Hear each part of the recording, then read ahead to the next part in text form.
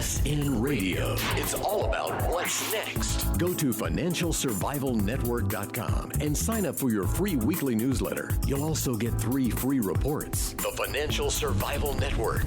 It's all about what's next.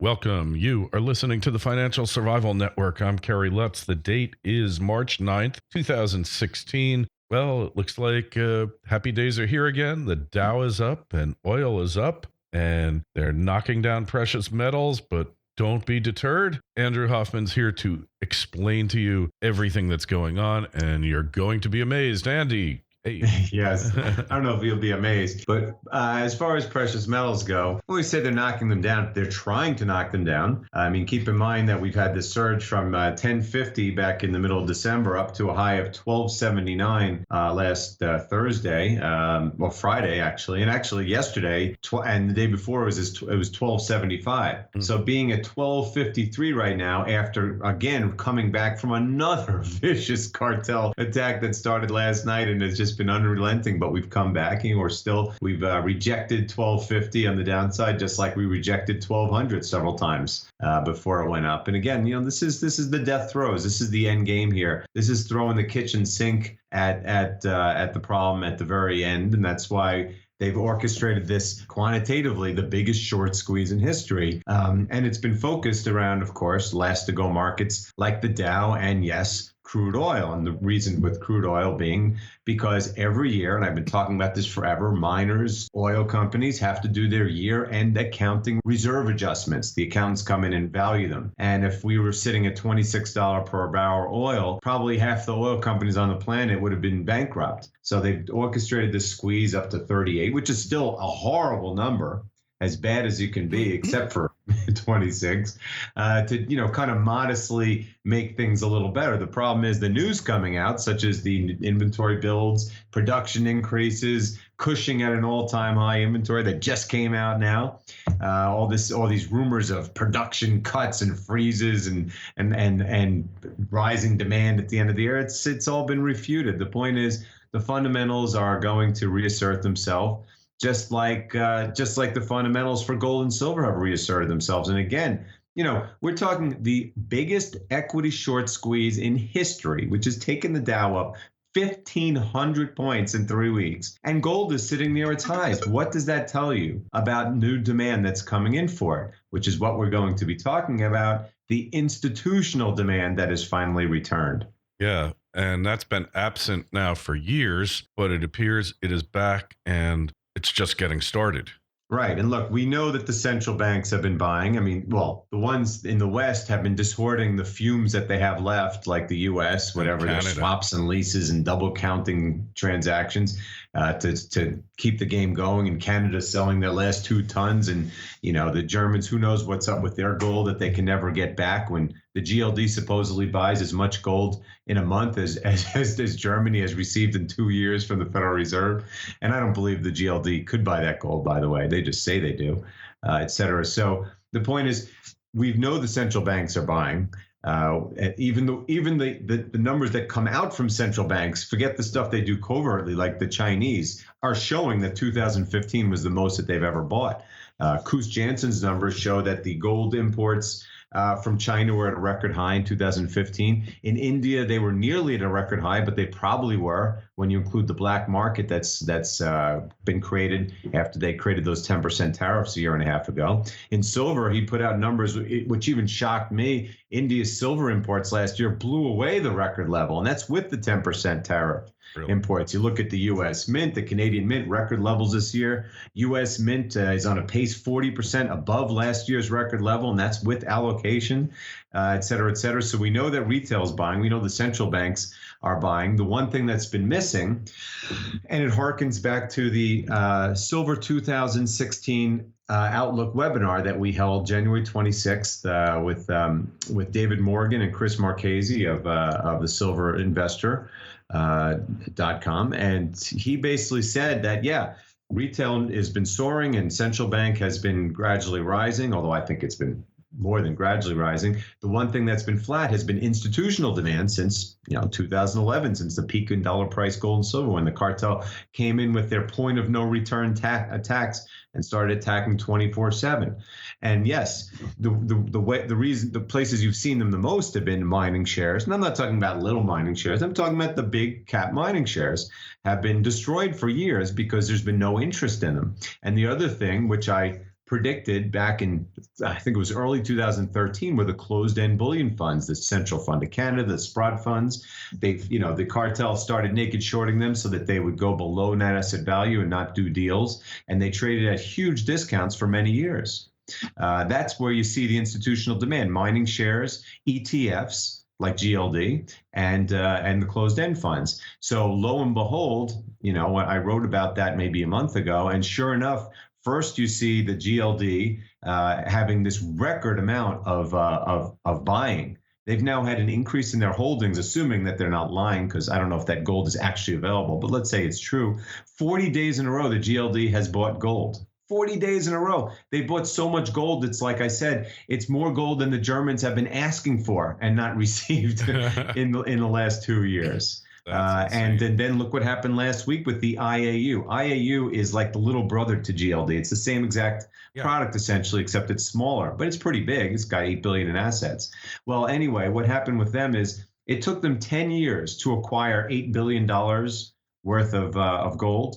And in the first 2 months of this year, they acquired $1.6 billion. So they increased their holdings by almost 25% just in 2 months because of the massive institutional buying. Because that's what institutional buyers do, like hedge funds and money managers. They don't buy the physical stuff. They don't understand that. Their mandate is to buy paper assets. So they've been swarming into GLD and IAU. And in fact, IAU had to temporarily suspend issuance because they went over their SEC allocated allotment of shares and they had to apply for more. Correct. And as it turns out, by the way, they were selling shares that they didn't have, kind of like naked shorting, but that's another part of it. But the point is, IAU and GLD had massive explosions in their demand. And then you look at the mining shares, which anyone can see have had a massive run. The Huey is up, I think, from 100 to 173 as we speak right now in just 2 months. That's evidence of institutional buying. That's not because someone knows something. It means that the big buyers in the United States and Western Europe are looking for paper proxies to profit on because they think gold and silver are going higher. And the third thing, which I've been talking about forever now, have been these closed-end funds, which are, to me, the most important of all of them. Because when it comes to GLD and IAU, again, I'm not sure I believe that gold is actually available for them to buy. There's probably some truth to it, but I don't believe that they could have bought that much gold, just like I don't believe there's enough silver out there for the SLV to buy as much as they say they're buying without massively moving the price in the market. But anyway, the closed-end funds is something we can definitely get our hands around, particularly because the PSLV and the PHYS are run by Eric Sprott. And as I wrote in yesterday's Admiral Sprott rides again, because I coined that term Admiral Sprott back in 2012, those funds now are on the verge of doing massive deals, which are going to cause major, major pain for the cartel. And, I know I'm rambling, but this is important stuff. Way back when PSLV, the Silver Trust, went public in October of 2010, silver was $23 an ounce. Just doing 2 or 3 deals, I think that was the biggest catalyst for silver going to $50 an ounce. Right, I remember that. And right now, the PSLV is up to a 4% premium. It was trading at a discount for years, a 4% premium. They've done deals for Fizz at 2 or 3%. So I believe that we may be within days, weeks, or even days of a deal, assuming that premium holds up, which I believe it will. And trust me, the cartel is doing everything they can to keep that premium down, and they're having trouble doing so. So again, I think that there's major things going on in the institutional sector. I think it's going to be the proverbial straw that broke the cartel's back. And I'm really excited. I mean, look at this morning. Again, they attacked and attacked and attacked. And here we are. Silver's taking off and gold's about to go positive. They cannot keep these prices down. They tried to hold it down to 1,200. They couldn't do it. 1,200 used to be the line in the sand on the upside. Well, then it became the support level. And now I think 1,250 is becoming a support level. And don't forget, tomorrow is the big ECB meeting when they're expected to expand NIRP and QE. Which is why you really need to attend the event that Andy and I are holding with Miles Franklin. It's going to be in Fort Lauderdale on April 21st. Make sure you sign up for a newsletter on financialsurvivalnetwork.com. We'll be sending out the invitation again.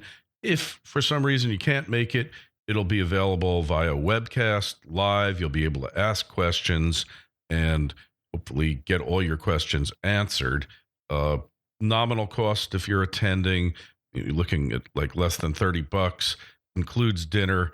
I mean, and you're going to be entertained, maybe not quite as much as watching a Trump news conference, Andy, but they will be entertained. No, I think I disagree. I think you'll be more entertained. First of all, they have lots of Trump conferences. There's enough of those to go around. This is a one-time event, and it's a worldwide event because we're offering it over in the web. Yeah. I mean, Andy and I can answer questions that you would never imagine people would even be asking, let alone get the real answers. He knows as much about the bullion industry as I know about the bullion markets. God, yeah. And, I mean, I'm telling you, the questions that we get are so diverse from so many areas, and we'll answer them all. And it's fun. There's some fun stories. You're with like-minded people. It's going to be going out over the internet around the world. I'm really looking forward to this event. Oh, it's going to be great. And like I said, it's April 21st.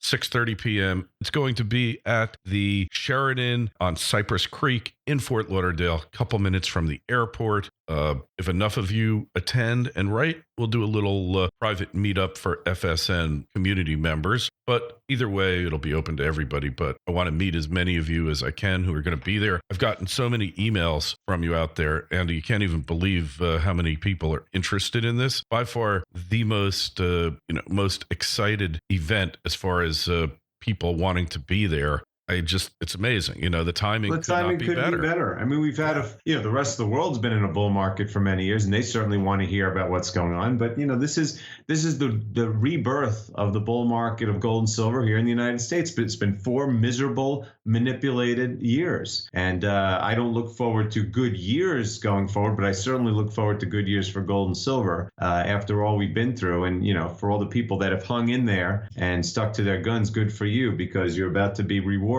for all the pain. And look, I mean, this is an inflection point in history, and that's why getting information, as good information as you can, as much information you can in a timely fashion, is so important. I need to get information. I find myself reading and listening to more stuff than I've ever done before, just trying to keep up with all the changes, because I really believe that we're living through what's going to be looked back as an inflectionary point in human history. I completely agree with you, because it's just like the election. It's so obvious that it's all unsustainable, and how much longer it can continue, that's really the question, not that it's going to end. We don't know the when, but we do know that we're getting closer to it than we've been before. And that's why you really got to be prepared, because it's insane, Andy. Yeah. It leaves me speechless for once. Yeah, it's really crazy. And seeing things here that I never thought I would live to see. And we're like in this alternate state of reality here, it seems. Like last night, I saw the Japanese 30-year bond yield fell to 0.47. 0.47. It's completely illiquid. There's literally no buyers in this market except the government. And now the 30-year bond is about to go negative there. And they have another upcoming meeting. And I think given what's going on there with the economy falling further and what the ECB is going to do, don't be surprised that by the time that meeting is done, their 30-year bond is in negative territory. And don't be surprised if every bond in Europe is trading at negative yields at some point in the not too distant future, which is, of course, going to translate into negative yields for bank accounts, brokerage accounts, every account, pension fund accounts. You may get a negative return on your pension fund. That is, if you ever get your pension. Yeah. The negative rates is going to come. And just because they goose the stock market for a couple of weeks to get this historic short squeeze, which will only come back down and result in more pain, it hasn't changed the fact that the economy of the world is getting worse by the day, and that the reasons that they started talking about cashless societies and negative interest rates a month ago haven't changed. They are going to do it in some way, shape, or form, depending on the pace of collapse over the coming months, years. You pick it, but it's not going to be too long. I mean, this is the time to protect yourself. Yeah, that's for sure. I mean, it just seems like it's so unsustainable, and how we got to this point, how we're here, I just shake my head, because it's just amazing that we could be at a place and time in history like this? Well, the way we got here is obviously because history rhymes, but the way we got here specifically is because we went off the gold standard. Oh, yeah. And, that reminds me, today's article, everyone can read it. It's coming out in a few hours. It says it's called "What Does the Gold Silver Ratio Tell Us?" And basically, I wrote it because the sovereign man, that Simon Black guy, wrote this article saying it's saying something because it only goes up in times of crisis throughout history, the gold silver ratio. And he shows this chart and he says the only times it's ever been over 80, as it is now, are the 2008 crisis, World War II, and the Gulf War. And I looked at that chart and I'm going, wow, I agree with almost everything this guy ever writes, but this is kind of crazy. I do agree we're in a crisis, but there's a reason why the gold silver ratio is over 80, and it's not because of a crisis. First of all, World War II, gold prices were fixed. So how can you even calculate what the quote ratio was? It was a fixed gold price. Gulf War, I don't even think that counts in the top 100 events in the last century as meaningful. In fact, I put a chart of the Dow going all the way back. You don't even see the Gulf War.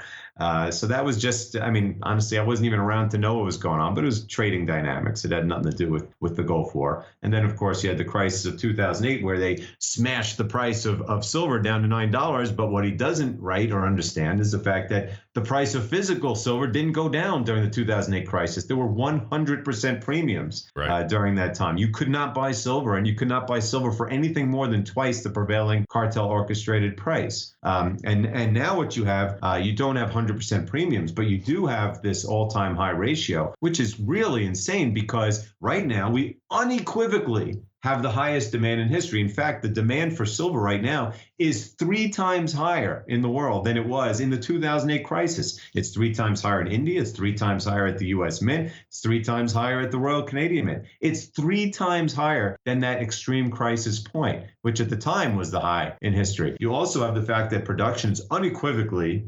has peaked and is nowhere to go but down. And of course, the inventories are gone. There's only 25 million ounces of inventory on the entire COMEX right now, et cetera. So, and of course, the money printing is taking off. It's at an all-time high, going exponential. So the reason why it's 80 to 1 now is because they know, the cartel knows how little silver out there, how tight it is. That's why we had this massive shortage in the retail industry last summer, and it wasn't even during a crisis, and why we're going to have one shortly. They are so terrified that that's why yesterday you saw silver fall 25 cents in 1 second. Remember, what was it, 2 Fridays ago on the 26th of February when silver fell 40 cents in one day for absolutely no reason? They're trying to take sentiment away, but all they're doing is driving more physical demand. This is the death throes here. And I wrote at the end, if there's one thing that I'm confident about in my 27 years of business experience and 14 in precious metals, is that 80 to 1 or 82 to 1, where we are now in the gold silver ratio, is not a sustainable level.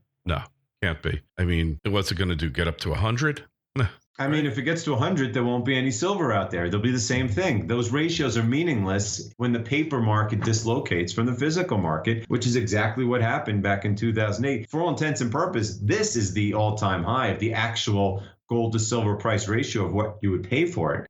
So again, it's incredible to think you'd have, what market since 2008 in the entire world has had a tripling of demand since 2000? The world's at its all-time worst economy right now. Unequivocally, the worst economy we've been since at least the Great Depression right now. And yet silver demand has tripled. And it's the only asset that hasn't gone up in price. What does that tell you about whether it's traded fairly or not? And what's going to happen, considering that the ramifications of pushing the price down have been plunging inventories, record high demand, and falling supply.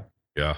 Oh, yeah. It's amazing set of factors, circumstances that are about to converge. And it's going to be amazing when it happens, just like our event on April 21st in Fort Lauderdale. Make sure you check it out.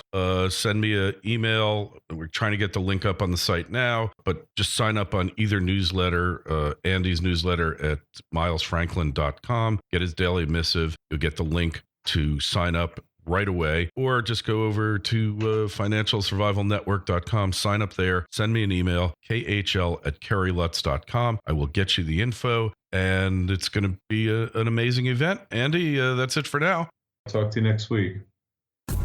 FSN Radio. It's all about what's next. Go to financialsurvivalnetwork.com and sign up for your free weekly newsletter. You'll also get 3 free reports. The Financial Survival Network. It's all about what's next.